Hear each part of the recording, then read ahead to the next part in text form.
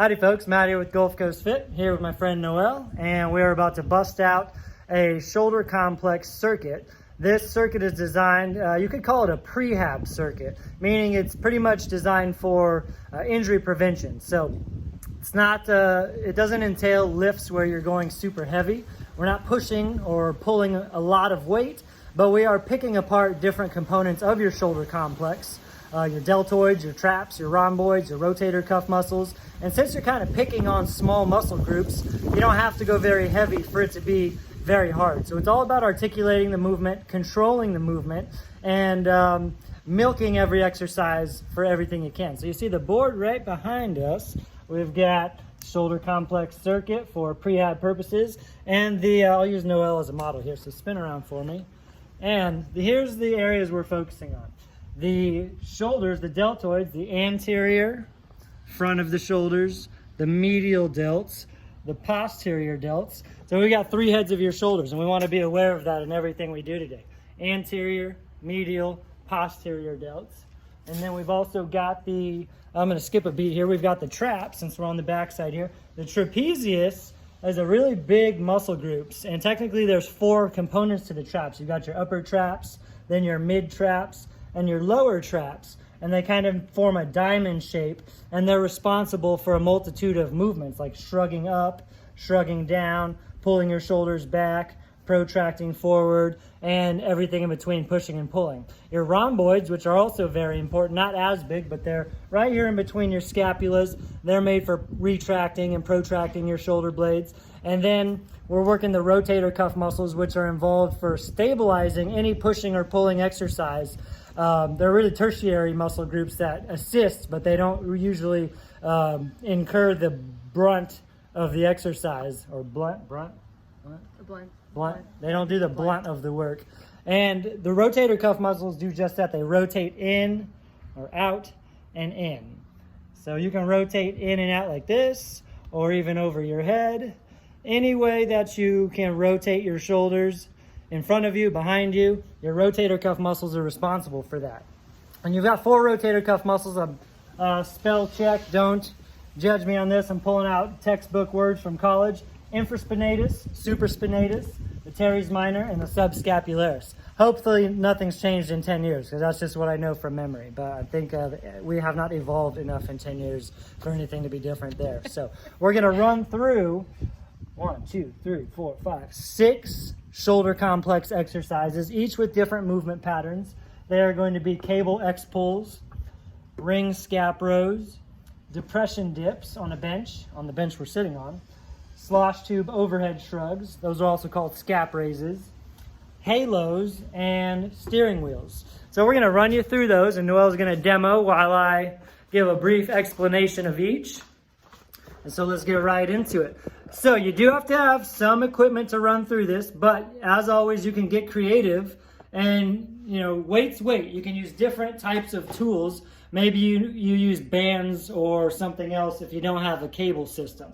So the X pulls, Noel's going down to her knees, and we're doing that to take the lower extremities out of the equation. And an X pull is just like it sounds. You're making an X with your arms. So you're going to see how she pulls one arm up and the other arm down.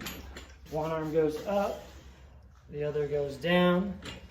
One shoulder blade elevates and shrugs, the other depresses and retracts. Give you a back view here. She's making a nice X with her arms.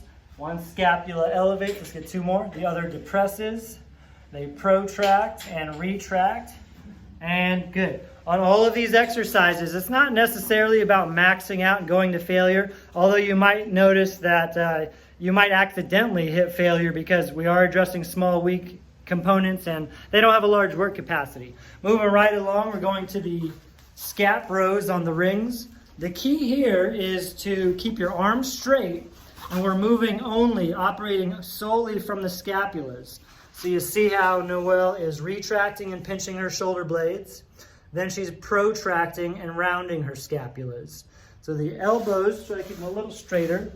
It's very tempting to turn this into a row, but it's a very short range of motion, and it's just about the scapular retraction and protraction.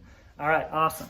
Moving right along, we're going into the depression dips. Now you need a bench or something to elevate yourself on.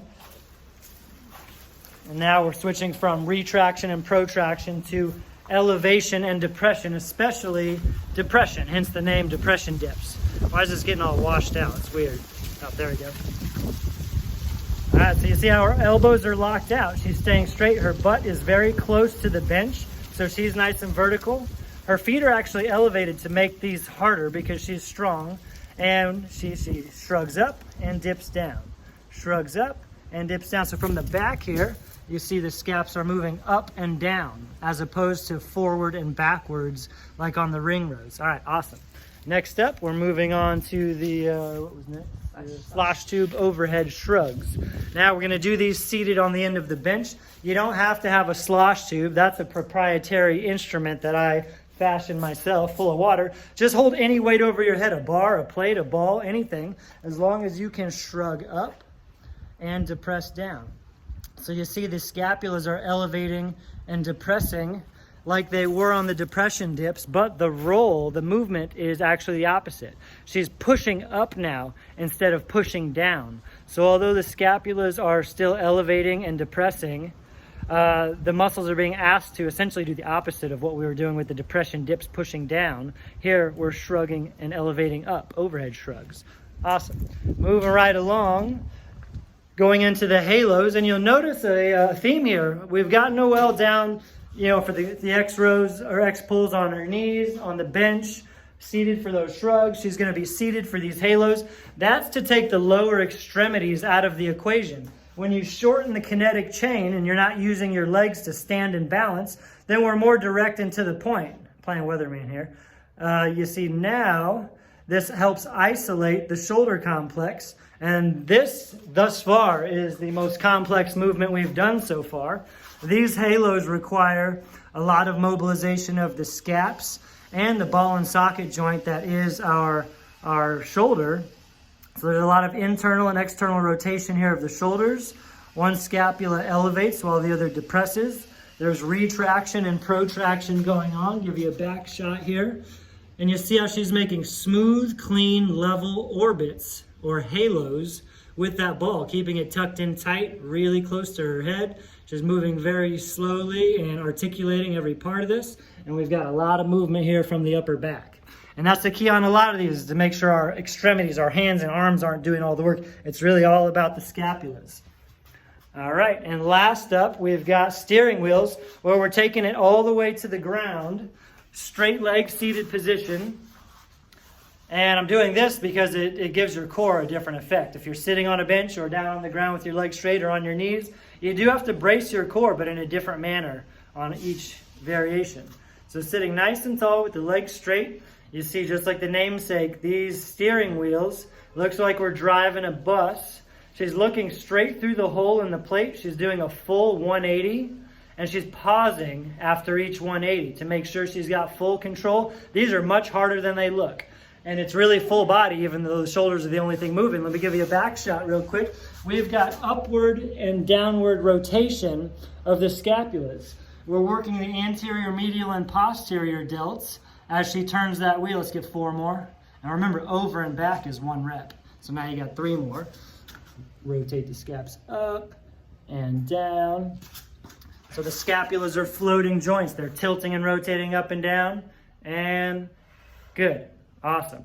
So, even though we didn't go super heavy on any of this, the cumulative effect of doing this circuit really adds up big time. And since we're picking on small, weak muscles, which lend a helping hand when we're using our big, strong muscles, since they're small and weak, you don't need a lot. You just do things well. Remember, more is not better, better is better. How'd that feel? So good.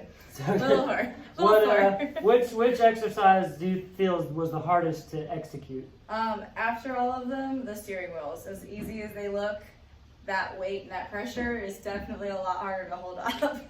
It's a good observation. And we actually put the steering wheels last because they are kind of a good burnout exercise.